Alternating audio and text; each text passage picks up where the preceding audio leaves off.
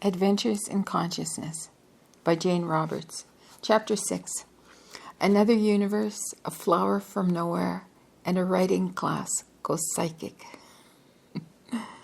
As summer passed, life's normal flux and flow seemed to touch us with growing intensity. Rob's father had died the previous winter. His mother now lived alone in the family home in Sire, Pennsylvania, about 20 miles away. She didn't want to give the house up, and she couldn't wait to get rid of it at the same time. Her health began to fail, and we spent every Sunday with her. Sometimes we also visited her during the week. She spent months at a time visiting the homes of her other sons, where she would have a private room and yet join in family life. We took care of her at this end.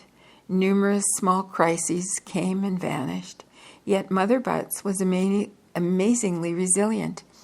She developed an ulcer and got rid of it in something like 3 months. We went with her to the hospital for her checkup.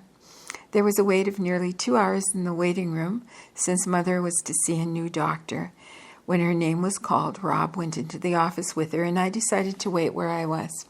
Finally, I grew restless, and I grew bored with the month-old magazines that were provided, and I started looking around the doctor's office. There was a long corridor, so I followed it. It was prosaic, gray, institutional. I heard my mother-in-law's voice as I went down the hall, and I approached one of the offices. The door was open. I walked in, and I paused just inside. Rob and his mother sat at one side of the room. The doctor, a thin-haired young man with glasses, sat facing me and the door. Behind him, a curtain fluttered in the wind, and through the window I saw the street some 3 floors below. I'm not exactly sure what happened next. The doctor looked up at me and saw me, and instantly put his arm out in the weirdest gesture, making a wide arc with it, as if beckoning me into his arms. I went blank. Not for an instant did I question him, his gesture, or its meaning. Automatically, I walked across the room to him. From a distance, I heard Rob say, "This is my wife." But I was already past Rob and the chair that he'd vacated for me. In that instant, my relationship was with the doctor. Rob and his mother were strangers. Without a thought, I walked into the welcoming half circle of the doctor's arms. And then, just as quickly, I came to. What on earth was I doing? I was in a position I couldn't rationalize or justify. In the same moment, the doctor blinked. He dropped his arms slowly and awkwardly, as if wondering how it had got there. I was left to back away as best I could.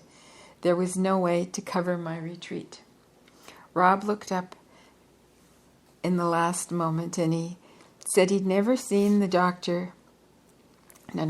He told me that he'd seen the doctor make some odd, beckoning motion to me that I'd responded. To which I'd responded. At the same time, I simply accepted the gesture as natural. Later I realized it was somehow archaic, not at all normal in our time or country. The movement of his arm seemed to be making room for the natural fall of the folds of a robe or a long, full sleeve. Yet after this incident, there was no embarrassment on anyone's part for the rest of the visit. On the one hand, it was as if nothing had happened. On the other, it was as if what had occurred was so inevitable that there was no reason to discuss it. The very ease of my motions and the unquestioning acceptance contrasted so with my usual behavior that I was nearly appalled.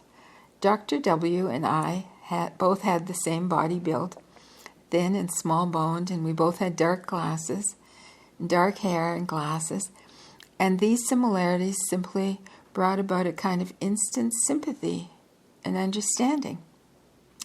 Had these sympathies simply brought about a kind of instant sympathy and understanding. I tried to tell myself that was the answer, but I'd felt sympathetic with people before, and I'd never found myself in another man's arms while my husband and mother-in-law looked on. Mother Butts happily had been looking in her purse for another doctor's prescription when all this was going on, so she never noticed anything. The strange rapport between the doctor and myself went on beneath the normal conversation about Mother Butts' condition. There was nothing peculiarly sexual about it. No, there was nothing particularly there was nothing particularly sexual about it. Later, Rob and I discussed the episode, and I realized that I felt as if the doctor and I were beloved colleagues at another level of experience or in another life. Yet, I wouldn't ask Seth what was involved, and I didn't try to find out on my own. Laughing, I did wonder what the doctor thought later, or how he rationalized his behavior. In a few months, when the Samari development began, I understood at least one reason for the instant recognition we'd felt.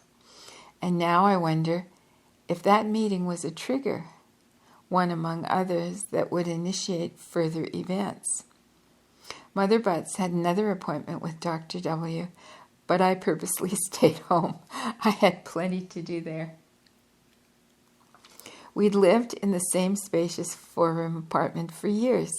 The large living room had served as my writing area, and we ate our meals at a big table in front of the bay windows. Now, the room also served as a classroom on Tuesday nights. Besides that, I had begun a tiny creative writing class. We were running out of space. Just then, the apartment across the hall became vacant, and we rented it. This gave us 9 large rooms, and by closing the hall doors, we had the whole back of the second floor. I took over the new living room and turned it into my studio. We used the back wing as a bedroom, and this gave Rob a 2-room studio in our original apartment, and except for our joint bedroom, I had what amounted to my own suite across the hall. Next to my studio is a small kitchen that used to be a sun porch. It's nearly all windows, the old-fashioned ones, made up of small panes that open outward. When we moved in, it was July, and those windows were just inches away from the leaves of a huge oak tree. My own treehouse. I sat there drinking coffee, looking out, for more hours than I could tell. And something began to happen. I felt as if the trees and I were changing places. I'd feel all sunny and warm and loose, hanging out there, and from a leaf standpoint, I'd see myself through the other side of the open windows, sitting at the table. I knew inside the leaf what I looked like, but the leaf perceived my pattern, identifying it according to shape and shadow. This happened time and time again. The quality of my perception was deepening in some new way. The dimensions of the present moment opened up, so that in any given instant, the normal backyard scene with its trees, lawns, gardens, suddenly came into a new spectacular life. A life that had been there for a long time, but with which I was just becoming acquainted. Some of the most joyous hours of my adult life began. We took our vacation to decorate the new apartment, and suddenly I began writing with new bursts of energy, beginning an autobiography and a book about our class experiences. And the latter was to be called Adventures in Consciousness, and much of the material from it is included in the first section of this book. At the same time, I kept questioning everything, from the reincarnational dramas to the nature of Seth. Those whispering leaves surrounded the whole east side of the house, though, and even when I was writing, I could hardly take my eyes away from the huge branches. I was writing about 5 hours a day. The ESP class was full, and Seth was finishing up Seth Speaks in regular sessions. My pet project at the time, though, was the small creative writing class. It had only 2 women in it. Class was held in the big living room on Wednesday afternoons. A poor day, really, since the ESP class ran late on Tuesday night, and Wednesday was a regular Seth session night.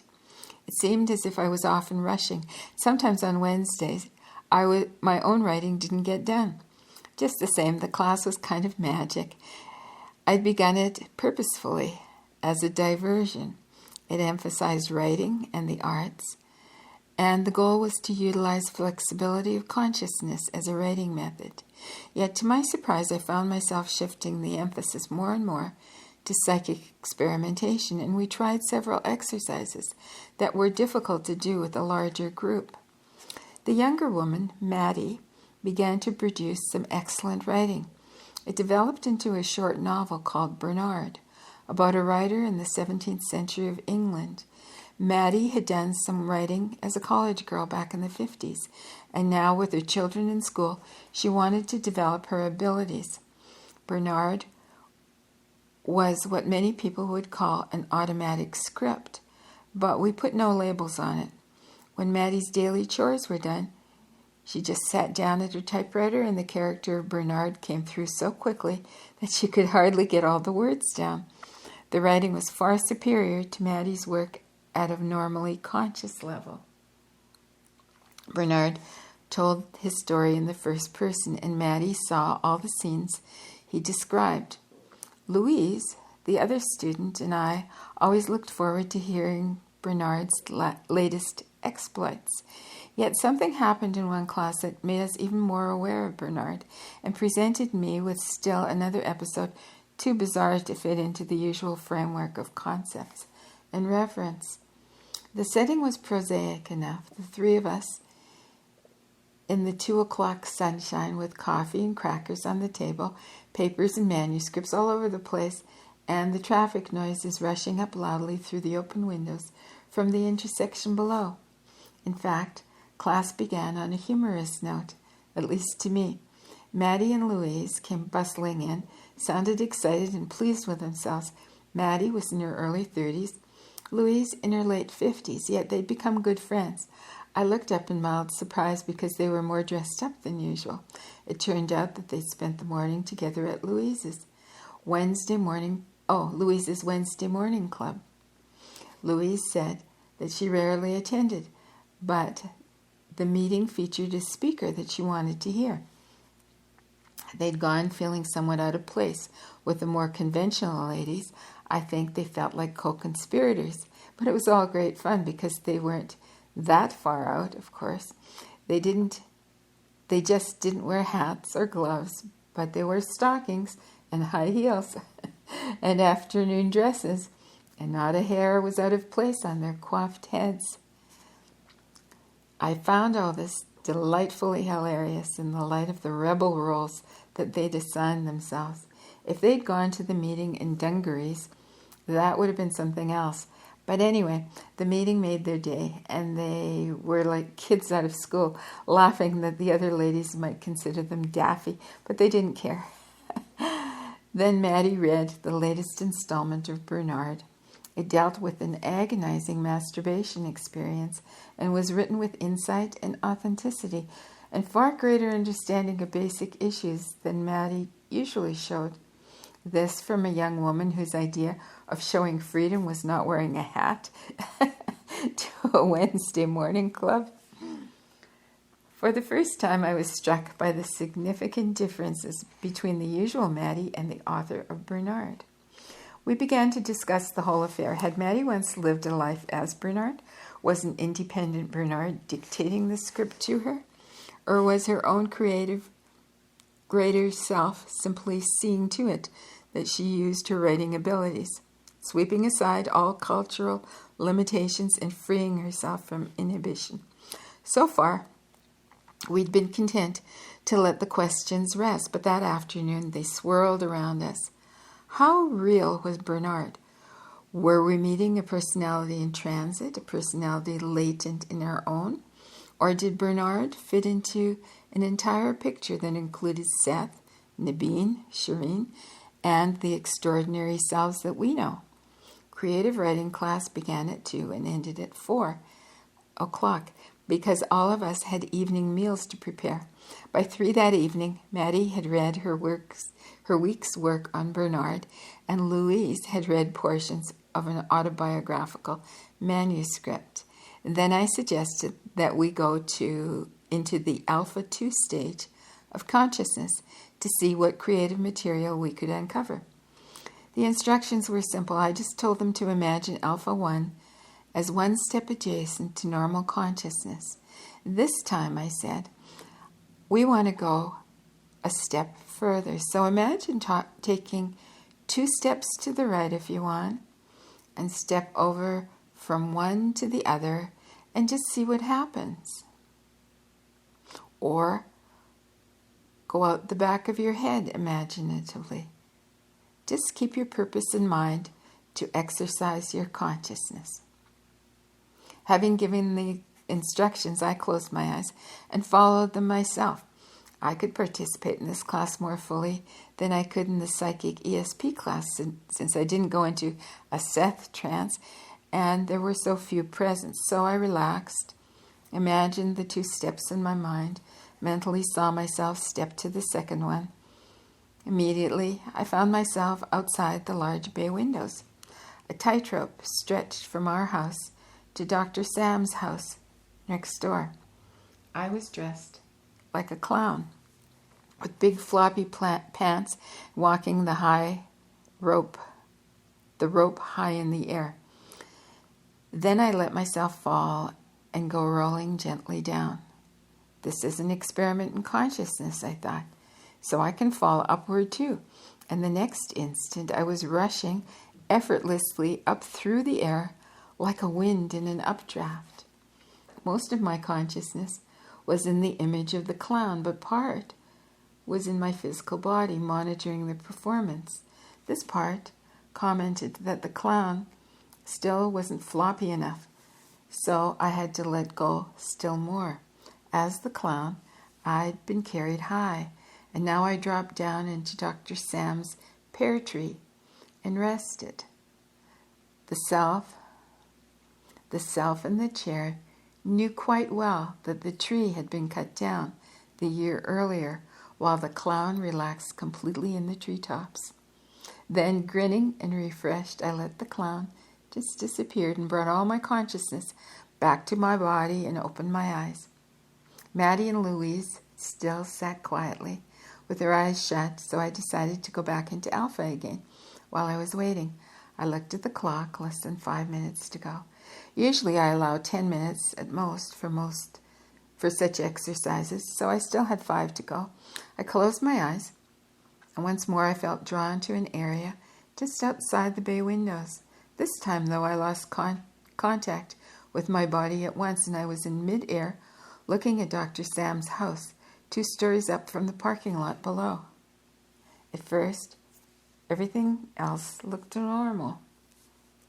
I saw the usual I saw the usual curved horizon over and above the house, and the afternoon sky, all swirling now with gray clouds that rushed past the dimmed yellow sun. I noticed this particularly since the day had been sunny when the class began. And then suddenly, the 3-dimensional world behind Dr. Sam's house folded up flat behind it, so that the whole thing was 2-dimensional, like a flat piece of cardboard, with the house just painted on the front. At the same time, I shot through the whole flat surface, ripping through to the other side. Here, to my considerable amazement, was another universe, or at least it looked like one. Velvet black space stretched as far as I could see, with pinpoint stars in an unimaginable distance. I was obviously headed in one particular direction, and I went hurtling onward, never approaching any particular star or changing course. It seemed to take a long time. I had no body, but it seemed to be just a point of light moving at incredible speed. This wasn't a mental image. The space all around me had dizzying depths. Suddenly I slowed down and I lost altitude. Very gently, I felt myself drifting lower. The next thing I remember is a glimpse of quite ordinary autumn streets, seen from above. Then, seemingly, without transition, I was sitting on the ground in front of my childhood home. The first thing I was really aware of was the wetness of the grass beneath me, and the fact that my body felt very odd. Ferns, reached above my eye level, and I was staring at the lattice work beneath the porch. With a shock, I knew that I was a very young child. There was a curious familiarity about the touch of wet earth as I was sitting on it. I was enjoying the sensation immensely. It took me a moment to get my bearings. I was definitely looking out through the child's eyes. Beyond doubt, the child was me. I stood up unsteadily, but with great enjoyment and the most delicious sense of accomplishment, and then I realized I was just learning to walk. Astonished, I looked down to see short, pudgy legs stuck into white socks and a pair of children's white shoes. Everything I saw was at a child's eye level. I tottered down to the gutter and I crossed the empty street. At the other side, I fell down as I tried to get up on the curb. Then I plopped there for a minute, very matter-of-factly. Before getting up, I was utterly engrossed in what I was doing. It's so very difficult to explain this, but I felt the child's reactions and emotions, not mine. Matter-of-factness didn't nearly describe the aplomb I felt at moving myself about, for example. Falling down seemed to be something the body did all by itself, but getting up again, that was something that I did, and I was completely absorbed in getting the knack of it. After this, I walked over to a large, sprawling lilac bush, and I plopped down again, and this time with great satisfaction, and stared at the wire mishmash fence. After sitting there for a minute, a plan formed in my mind to run to the house nearby. The intent was quite deliberate, and I could feel it in the form of my mind in the weirdest way. Getting from where you were to where you wanted to be was of supreme importance. In her, in brackets, my brain, the child formed a mental image of herself walking and then running where she was to the house. She projected the image out into space so that she saw in her mind's eye. So I saw it in her mind's eye, sent out in the yard ahead of her. She was going to follow it physically, and then again, without transition, I was back in the living room. The oddest thought just hit me now as I wrote that last sentence. Was there some connection between the child projecting her image out through space in front of her and my return? Did she, however, project herself into the future as she moved ahead of herself in space? I was certainly disoriented for a moment.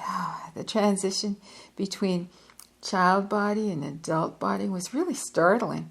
I felt such a marvelous compactness and corporal intensity. Now I felt tall and gawky. But I was positive of one thing. As children, we learn to move the way I just experienced it. We send out mental images and we learn to follow them. Maddie and Louise were sitting there writing notes when I returned. I started to tell them about what had happened. But Maddie had her own story to tell, and she looked at me in the oddest fashion, tilting her face like a round, brightly lit lantern in my direction. I took notes because she told me ahead of time that she considered the experience important. To say the least, it was fascinating, she said. I went out through the back of my head and I saw Bernard. He was dressed like a clown in these baggy pants. At this, I yearned to interrupt her, but I didn't. And now we have a quote of about 2 paragraphs. Well, we embraced a great, I guess you would call it exuberant embrace. Oh, well, we embraced a great, I guess you would call exuberant embrace. I felt myself flow into him, right through him, and I got scared and I pulled out, but he was still there. Then I thought, the This is an exercise in consciousness, and I might as well go along with it and not be frightened and see what happens. And I let myself go, and I could feel myself flow down to his toes until I was absorbed by him completely. And the next thing I knew, I was standing in a graveyard with all sorts of statues and monuments about. I was a little disoriented, but there was a gate nearby, so I went over, I opened it, and I came out onto a busy street. Everybody but me was dressed in old-fashioned clothing. I stood there for a moment trying to decide what to do next, when all of a sudden I was back here on the couch. Louise's experiences hadn't been as startling as Maddie's or mine, but she was delighted because they'd specifically given her information she wanted for her autobiography. A series of rich images had flashed through her inner vision, all consciously forgotten till then, and all relating to her early experience. We still hadn't done any in-class writing for the day, so I suggested that Louise and Maddie go into an alpha state again, only this time they were to try to write at the same time. And while we were doing that, I decided to see if I could find that other universe again. I closed my eyes, and at once I sensed a person to my right, but not filled in or substantial. Then I felt drawn to that same spot outside the windows. At once a hole appeared in the side of the house that faced me. I could clearly see the edges of the hole curled inward as if an implosion had occurred. I was swept through the hole. The last time the world behind the house had turned flat. Now it stayed three-dimensional, but the hole was a chute of some sort that went completely through the world we know and out the other side. The journey through this channel also seemed to take a long time. I saw nothing inside it, but I was swept through so quickly that I couldn't possibly estimate my speed. In the beginning, some of my consciousness stayed with my body, but it was drawn out bit by bit with dual awareness. I could feel part of me being drawn out of my image, and as the bodiless part inside the chute, I could feel these other portions catching up or following. The pulling out portion seemed to be taking too much time, though I didn't know how I knew this. Suddenly, the rest of my consciousness was still connected with my body and turned into a series of bullets in quotes, which were shot through the hole.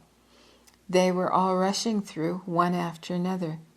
The other end of the chute opened up again into another universe.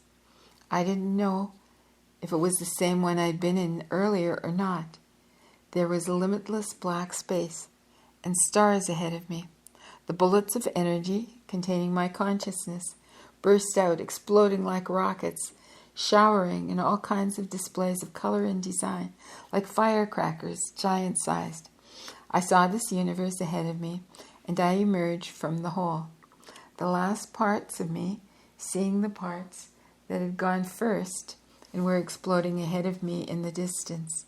The contrast was spectacular. Part of my consciousness still in the dark chute, looking out to see the illuminated spread of sparkling energy and color. There was no feeling of danger. I had the feeling that my consciousness departed in lightning, leapfrog fashion from the bullets of energy that composed me. So I could watch the ones ahead of me exploding while not feeling that I was exploding. As the last portions of consciousness burst out into the new universe, the lights and displays began to come together somehow and form a flower of lights. Here the experience took another turn, even more difficult to explain. I'm not sure, but I think that the flower was gigantic in size, a tremendous blossom of energy. My entire consciousness was there, and I was completely unaware of my body. Then, with no warning or sense of travel, I was back in the chair, I presume, with my eyes closed. Only that gigantic flower was still coming at me with incredible speed, propelled from that other universe. I was positive it was suddenly in front of me, in the physical room. This was so real and astonishing that I yelled out involuntarily. It was then that I must have opened my eyes. The flower vanished, and I had the feeling that it disappeared inside me. I was convinced that the flower followed me from one universe to another and represented some sort of intrusive, some kind of intrusion into our space. My shout startled Maddie and Louise, who had, of course, seen nothing. My next experience with the hole in Dr. Sam's house would be in late autumn and be directly connected with the beginning of a new development. Even at the time, though, I knew that these were not just mental experiences. I was in some kind of chute that led from one system to another, and my consciousness did behave like bullets of energy. I took it for granted, on the other hand, that the hole was not a physical one in Dr. Sam's house for someone else to see. I didn't expect, on coming out of a trance, that the walls would show a gap or that the neighbor would be standing there staring, yet I stubbornly insisted that in some way a gap was there, or had been there, and that I could find it again. The flower had been so immediate that for a moment I felt sure that Maddie and Louise would see it, but in the next instant I knew it existed in the same way that the hole did. It would take me 2 years before the ideas and aspects, capital A aspects, would give me some clue about the inner order of events in which such experiences have great meaning. Summer vanished and autumn came before I realized it.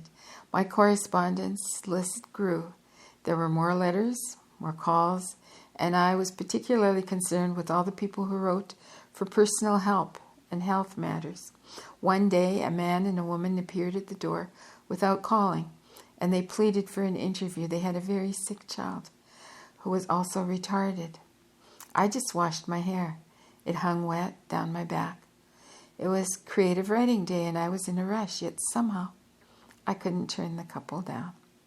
I told them that I didn't specialize in healing, though, and I suggested that they write to Dr. Harry Edwards, the English spiritual healer. And then as a footnote, there's an address here where he used to live. I don't know why we've come exactly, the man said stubbornly, except that I'm sure you can help us in some way. I'm not sure about healers anyway. I don't want to get all mixed up with anyone to do with the devil. What's the devil got to do with it? I asked dryly. So we had a talk, and the man said, in a rush now, I thought maybe I was being cursed. When Dottie was carrying the baby, I had a vision of it. It wasn't right and wanted to die. And I told it had to live, so I thought that maybe God was punishing me. The poor man was plagued enough by the child's illness, but worse, he was haunted by the feeling that God was punishing him for his sins. I was outraged. Again, I wondered, and this time aloud, what kind of a God this was supposed to be anyhow. I was able to give some impressions about the baby. At least I saw him alive and looking normal enough, about 12 years old, but in a yard of some kind of special school. Mainly, however, I was able to relieve the father of his sense of guilt. If he felt cursed when he came here, at least he felt grace to be part of the universe when he left. But I was still upset, thinking about all the problems of people whose religious beliefs only added to their own problems. I was still thinking of the episode later that day when writing class began, and I told Maddie and Louise about it. A few minutes later, I felt there was a form of some kind in the air above the coffee table. Then I saw it clearly, though I could also see through it. So it wasn't entirely physical. The form was in the shape of a person. But I knew that actually it represented massive energy. It was connected to the help that I'd been giving to others. as if, without knowing it, I'd been building up this form in quotes, in another dimension, and now could consciously use it to help people. Oh, to help myself and other people too. I didn't necessarily think of it as a personality, but more as a force. The word helper came to mind. Later I discovered that I could send helper out to people in trouble. The appearance of helper may also have been another clue. Certainly, all these events were smoothly beginning to accelerate. I felt new changes and directions in the air. On the one hand, I welcomed them, of course. On the other hand, I kept straining my intellect as far as it could go. I kept trying to fit these experiences into some sort of acceptable framework and kept coming up short. Again, I couldn't place them in the conventional spiritualistic group of concepts, not when it included demons and superstitions that I couldn't accept. Yet the scientific framework was, I felt, intuitively sterile. So I kept trying. The beginning of Sumari in November 1971 made me try harder. And that's the end of Chapter 6. Chapter 7 is called The Sumari Development. So, hope you enjoyed that. And please like and subscribe. And till soon.